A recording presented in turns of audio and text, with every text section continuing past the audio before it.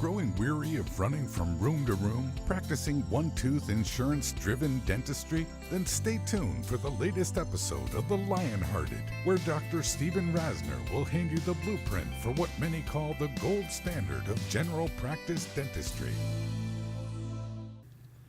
Hi everyone, I'm Dr. Steve Rasner with The Lionhearted. This is podcast number 11. Oops, that should be 9. And listen, as you've heard me say recently, I don't know how you're supposed to talk on these things and what you shouldn't or shouldn't say. And to me, it's going to be what it's going to be. Either I get lots of feedback and it resonates and lots of you keep downloading these shared messages, or I don't keep on doing it. So here's the deal. I'm going to do 2 more things different today. And one is, I was thinking last night, and please, by the way, give me feedback. If you think I stink, I guess you could just stop listening to me. And if you think it's good, then give me a review. Tell them it's good. Or you can email me, and I've given this, I know, recently out. It's Dr. Rasner at AOL. DrRasner at AOL. You can give me feedback there, or some of you have begun to do that. And look, it's fun for me at this point. To look on these sites I'm able to look on and see I get downloaded in Mexico or Portugal or, cool places that, I don't know, I think it's kind of cool. I know most of you just listen. I'm going to try going shorter. I know all the guides in podcast making say you're supposed to make them about 30 minutes. But I never did anything like that. I've always done what my gut told me to do. If I was listening to me, unless I was just unbelievably on that day. And by the way, this is the first one I've ever done right a few hours after work. So I'm talking to you. These are the things I don't know if I'm supposed to say. I'm telling you, I'm going to probably shorten them closer to 20 minutes. Unless my director, Beth, who some of you may have written to, gives me a compelling reason not to. I think that's enough, because I got to keep these coming at you. Number 2, tonight what I want to do is I want to pretend like you and I know each other, and we're good friends, and you say, hey Raz, after work one day this week, can we just sit down and, really tell me some detail about how you do some of the numbers that you do? Because, listen, I'd like to think that you listening because you think I'm Frank Spear, John Coys, Pete Dawson, and I know I'm not. I know I'm a pretty good clinician, and I've worked really hard to be that guy. And I think what's resonated with my colleagues for 20 plus years as a speaker is putting together what a lot of people think is an amazing practice in a not so amazing part of the United States. So for those of you out of the country that aren't listening, I want you to get out a map of the United States, find Atlantic City on the East Coast, go in about 45 miles west, directly west, and you would find where I've practiced for 38 and a half years. And it was really, really nice at one time. And it struggled. A fact sheet just came out 3 weeks ago. I don't solicit this information. It's just there on the internet. And you know how the internet is. They kind of find out where you're at, what you're into, and they send you stuff. Well, I practice probably in the middle of a 3-town area. And those 3 towns that I practice in were listed in the top 8 as the top 8 of the worst 100 cities in New Jersey, outdoing cities like Camden, Newark, Jersey City, much bigger and instinctively to me much more crime areas. So my point, since I don't have as much time with you tonight, is that's what's resonated with my public. And you know what? I don't have a mill. I don't have a clinic. I have what I think most people anywhere, not just where I'm from, according to the work, if you could just look in the mouths of the people that I work on, you would think it's an upscale fee-for-service practice by the type of work they had. Listen, man, I was doing partial dentures 20 years ago, 25 years ago, and the stops on the teeth, so I wouldn't lose vertical, is I would inlay gold restorations. I kid you not. I would take the plastic teeth where the centric stops were in my lower partial dentures when it was appropriate, and I would cut preps in and put gold cement in it. I don't know if I got that from Pete Dawson. I don't remember. But that's what I mean by tremendous amount of cast gold restorations done on posterior areas for years upon years. And what happened to me, I was highly influenced by people like Frank Spear, Bill Strupp in Clearwater, Florida, who did my back 8 teeth, John Coys. And my practice and my career, like some of yours, took a turn towards surgery probably in the late 90s. I don't even know how it happened. I believe I signed up for a couple courses with Carl Misch at the Misch Institute. I think it was like 18,000 back then. And I remember canceling them, a couple of them. But I eventually took a continuum and stuck it out. And it's slowly, I didn't jump in like gangbusters, it's slowly. Now, I was doing, so you're not supposed to keep your phone on, which you just heard during the podcast, but I guess I'm just not a professional. But I'm trying to give you information and have fun and be myself all at the same time. So hopefully that's what's coming across. You can see I haven't taken my Christmas decorations down either. And I'm Jewish. How about that? So this is all fun. So back to where I was. I said, what if you, and this has happened many, many times in my career. And you said, hey, just no planned presentation. Just talk to me. How do you do what you do? Because I told you before, that's what I think's, accounted for a lot of people knowing who I am.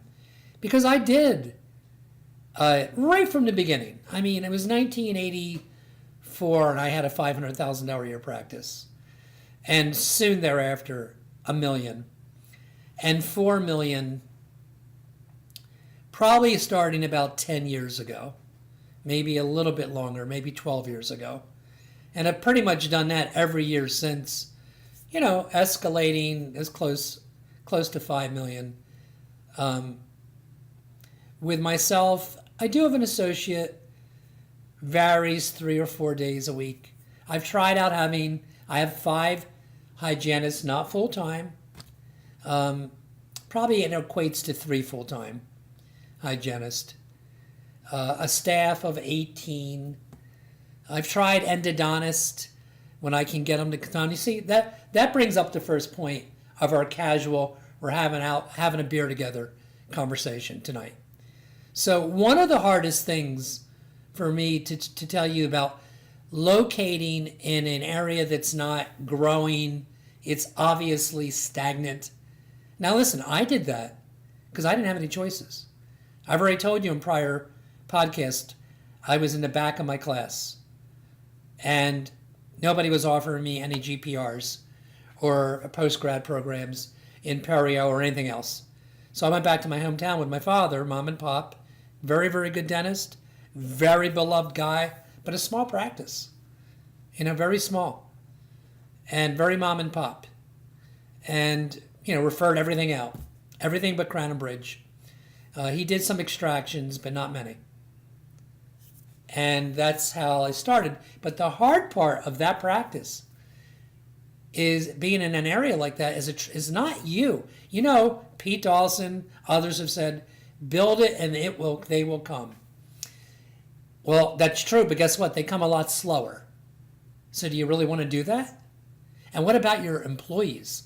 When I live in Philadelphia and have for 12 years, if I put an ad in the Philadelphia Inquirer which is 45, 50 minutes from where I practice. So I drive every day to work, 4 days a week, an hour to get there, an hour back. Because, the value of how I spend my entire life supersedes the importance of me being close to my practice. But when I put an ad in to get anybody, a hygienist, a doctor, anything, I maybe get nobody sometimes, 0. If I do that ad in Philadelphia, I'll get 10 for every single position I put in. So that's why make it harder for yourself. Those of you listening right now, if you are considering buying a practice, you really, number one, need to do diligence to several things. One of them is you should reach out to a mentor that you think successful. And that can be me. And I'll tell you the truth if I don't know the answer. You should reach out positively to an accountant.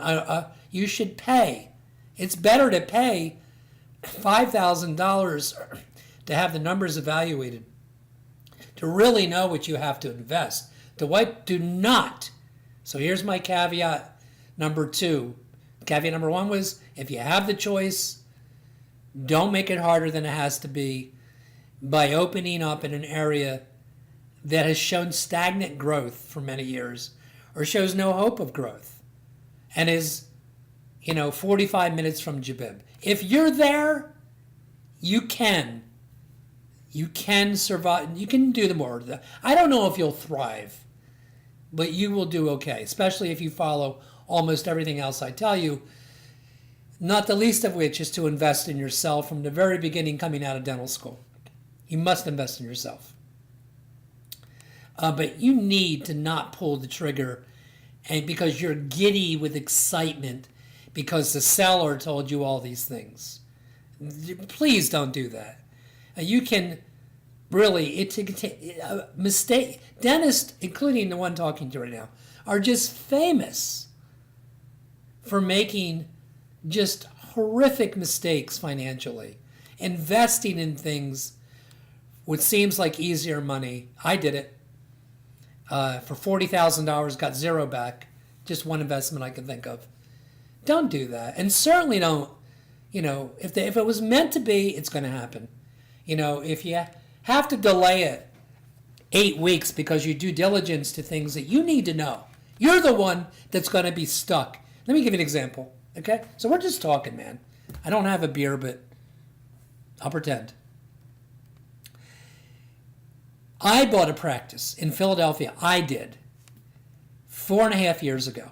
Now, here was my thinking. I live in Philly at that point for 9 years. I know a lot of people now in Philly. Why not make my magic work in Philadelphia? I made it work incredibly well, worldwide known well, in southern New Jersey. How could I not make it work here? Here's what happened. I went into the center city of the city, 18th Street, 16th Street in Philadelphia. And I don't even know how to explain this to you right now. But in that building were 25 dentists who had been there for over 20 years. It never entered my mind. I didn't know that, by the way, until after I realized this might not be working out. I did not pay a fortune for it, but the equipment was old, the rooms were small, the parking was a mess. I didn't do diligence to anything. I didn't run it by an accountant. And my formula did not work in Philadelphia.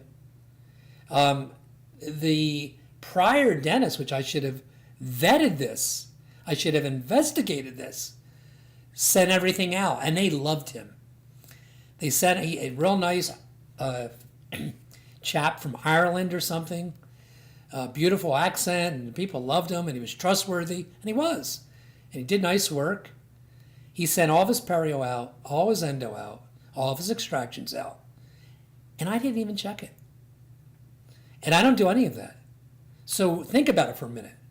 When I got there and I started to tell the patients, well, I could do that very nicely for you, no matter how I put it. There was a built-in wall of 25 years of not doing that, according to these patients. In fact, I had been referred to many times to a number of specialists who knew them way better than I did. And all of a sudden, I'm at a tremendous defense and a tremendous deficit to recreate the success I found at that time for 35 years or 34 years in South Jersey. Another thing, the patients were different. To be less than proper with my description here, they all seemed to be just getting by. There was not a lot of extra money for the GP. And everybody was, I'm telling you something, would look at their watch the second they came in and sat down. And maybe the reason was they were paying for parking. And my location in southern Jersey is on 5 acres. You could park there for a week and I wouldn't charge you. See, these are things we don't think about. And it was really not. So I sold it. I sold it for a 30% loss. I didn't spend that much. But it is the only thing to this day, unless these podcasts fail, that I've ever done connected with dentistry. I think my speaking business and my speaking career has been pretty significant. Certainly my dental practice has been. And, I've written a number of books that have done very well. So, by the way, it's Dr. Rasner at AOL.com. I know, it's old school. So, number one, don't practice in a very remote area. Number two, before you go out and buy a practice, really due diligence. I know how bad you want it, man. And maybe it is. Maybe it is the right opportunity. But unless you have 100% knowledge and proof from somebody that does what you don't do, from the accountant, but you went up there and spent some days and hours and looked at the patients, and you didn't go after hours and look at the charts and all that silliness. Give me a break. You found out that the guy refers or doesn't refer, all the things that you really need to know. That's what you need to do. I pulled a schedule because I knew I was going to try this approach with you tonight as we're out having a beer. Maybe I should change the name of the podcast. Having a beer with the Raz. That'd be cool. So this is today's schedule I'm looking at in front of you. Those of you that can't hear me, I'm just a regular old printed out schedule. And I thought I would just glimpse through, like my day was like, and how does it connect to my practice that you hear me talking about, that I'm trying to get you to duplicate. My first patient was at 9 o'clock. Here's what was going on. I had placed 2 implants, extracted multiple teeth. And today, I could not place more than 2. I placed one in the area of 11 and 13. I wanted to place some in the anterior, but I couldn't at the extraction visit because there was poor bone quality, and I had to graft horizontal bone, and I'll explain how I did that briefly. And I also wanted to get some implants. He has teeth on one side in the areas of 2 through 4. So it's 3, 4, 5, and 6, and that's it. No other teeth. And the treatment plan is to keep those teeth for, we see a million scenarios in dentistry, and for some reason they are remarkably preserved, whereas all of his other teeth on the upper were hopeless, and he's opposed on the bottom by a pretty full dentition. He might be missing a couple molars. And I also was going to do a sinus lift today on the upper right. Okay, so why did I tell you that? Then that was a 3-hour appointment, and this case was started probably in August, and it was somewhere between $25,000 and $30,000. And I don't want you to think that all my cases are 25 and 30. Maybe there's more than I realize. And I guess I'll find out, because I'm going to do a little of this with you on most of the podcasts, so you can get a vibe for how this all connects, for how all this, I like doing it after work, because I feel like I'm much more in touch. I've been doing my other ones on the weekends with you guys, and my brain is probably still razzled, no pun intended, from being in there today. So remember, I'm a wet-fingered dentist, man. I'm just like you. I go to work every Monday through Thursday. A lot of you probably take off a lot more days than I do. I'm only good at 2 things in life. No, 1 thing. Dentistry. I was going to say tennis, but I'm not even good at that. I just started tennis 3 years ago. And no, I'm not very good. I love it though. Oh my God, I play a lot. Sorry. So, I only had 4 major patients today. The one I just described for 3 hours. Another patient who had impressions on 13, 14, 15 implants that I placed 4 months ago. I generally wait 4 months. You'll find out a lot of my surgery protocols are old school, and I think for a good reason. And that's a conversation for another day. So I had the 3-hour appointment with that first patient, a hour and a half with the patient I just described, believe it or not, and I hate these, an operative appointment at 2 o'clock. Generally, I would farm everything operatively to my associate. And I really can't tell you why this was on my schedule today. Sometimes the patient will say it has to be me. I absolutely detest doing fillings. I don't do them fast. I think they're okay. I do them certainly clean, free of, try to use rubber dams when I can. And my last patient, I want you to remember this, was from 3 to 5:30, and it was 4 redo implants of over 10 years.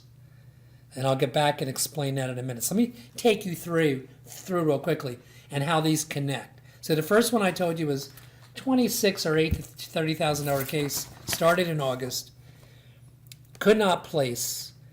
So think about what I'm saying right now. I would not be doing this case if I only knew how to do implants.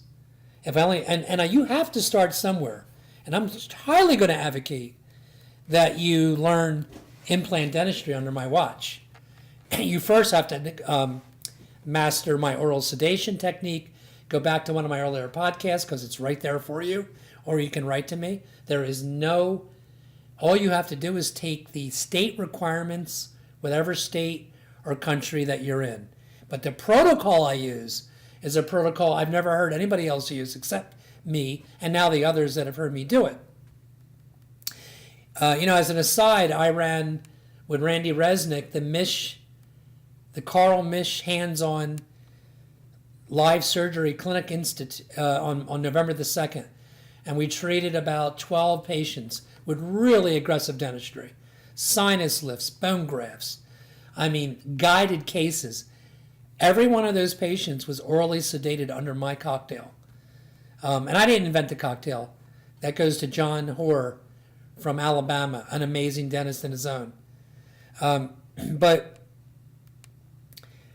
none of them were IV sedated. So that's how powerful this is.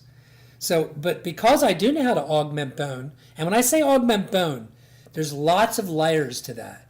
One thing is you have a hole in the bone where you took the tooth out and you put a membrane over it and you fill the hole with the combination that you use. And if you're interested in this stuff, I gladly go into it. By the way, I have a hands-on, and I am self-promoting tonight apparently, 4 times a year in my office, the next one February 1st and 2nd, where we do live hands-on atraumatic extractions, bone grafting, and even some implant dentistry as well, depending on your credentials. But talking about this, I also know how to do sinus lifts. Now here's something I'm being stone cold honest with you. So the implants went great. The bone I had augmented, which was beyond just putting a membrane over a hole, I use tenting screws. And you're going to learn, and it sounds foreign right now, if you want to augment horizontal growth, then you have to create space that is maintained. And you do that either with metal reinforced membranes, like cytoplastic membranes. You do it with tenting screws. Salvin has tenting screws. Or a metal mesh membrane, or a real autogenous membrane made of bone with screws, i.e. Frank Zastro. Look up that name on Facebook. Tell him I sent you. Frank Zastro out of Germany, who I'm hosting this summer to teach hands-on in my office. So that's where that case exists. Had I not spent the educational time that I've spent for years, that wouldn't be a case in my office. Yes, I could do introductory, beginner cases, single tooth implants in abundant bone, absolutely. The next patient that I took impressions on were 3 implants in a row. And it looked like a guided case. If you asked me to send the x-ray, there'd be no chance that you wouldn't know it was not guided. It was free-handed, because that's how I was trained. Today, I'm forced to learn both, because it probably is, it's not probably, it's a more predictable procedure if it's guided. Because you hit it out of the park freehand like I did on this case, just means I've done a lot of surgery. I know how to compensate for not having a guide most of the time. Oh, I forgot to tell you one thing. Go back to the first case on the sinus lift. Guess what I forgot to do? I forgot to get a clearance from an ENT. And I got in there, and he had an infected sinus. So I laid the flap, began to elevate the sinus on his upper left, and exudate came out. And that immediately, you're done. You can't place graft material in an affected sinus. And, because, I always use these words. Everything counts when you do everything. You must cross your T's and dot your I's on everything you do in dentistry, from managing your practice to doing the surgery. And then real quick, the last patient was my 3 o'clock patient. Forget about the op patient. I don't even know. That's a mistake. I don't know why I ended up doing an hour and a half operative work on a patient when that's about as productive as nothing for me. Unless, listen, again, I have in my hands, those of you that are watching me, is a book called The Protocol Book. It is the first book I ever read. And this book is about, for a year and a half, I wrote down everything I didn't know the answer to in my practice, which took amazing discipline. So every time something happened, by the way, I'm way over the 20 minutes, I guess I'll learn. I wrote down everything that happened to me that I didn't know the answer to, which is really hard to do. And you're in the middle of doing a lot of things to care enough to stop, break your procedure, write down exactly the hygiene patient from out of town is 20 minutes late, and she shows up 20 minutes late, and by the way, has a loose crown. What do you do about it? And the short answer is, in my office, we do see them because it's too hard to get the patient who's that loyal to you. You try to do things to make them not be 20 minutes late, which I'll connect at the next podcast. And we always get information. All this is attainable at the confirmation call. Is there anything going on in your mouth? I know you come from an hour away that you're going to want Doc to take a look at and maybe work on, because we really appreciate you coming, and we're going to try to minimize, the number of times you have to come here. I guess I don't have time for the last one, which is a redo of over 10 years. I honor my work to a fault. And I'm not saying you should do that. Now, why do I get away with it? Because my fees are extremely competitive, as they should be. They're competitive because these patients get a lot from me, and often probably get more than they actually pay for. And this guy had what I call a cluster failure over 10 years. Now, there's negative factors for implants. And if they have more than one negative factor, it's very bad. And he didn't. He used to smoke, he says, and I don't think he does. He looks like a smoker, but I don't think he would lie. Or maybe I'm just naive. I couldn't find any other factors on him. And he comes faithfully and pays out of pocket lately for the last 3 to 5 years. He comes every 4 months. And I wanted to do the right thing. This was a simple 4 zest locator mandibular implant, and he's down to his last 2, and they're dead. They're done. So he was in my chair for 2.5 hours. You may have other ideas and other opinions, and I'm just trying to give you, I don't want you to think I got the perfect practice. I mean, it works and has worked. As I said in another podcast, for 29 straight years, I had increased growth and profitability. 29 years in a row, but I practiced 38 years, not 29. So there's been a couple down years in between. Anyway, I hope this format and style was worth it for you tonight. I went longer than I wanted to go. It's 30 minutes. I said I'd stop around 20. I'll try to do that on my next podcast. Hey, thanks for tuning in. Wherever you're from, please give me some reviews. Write to me if you like what you're doing. You want me to keep going? You want me to quit? It'll take more than one of you to make me quit. It's been fun. Hope to see you soon.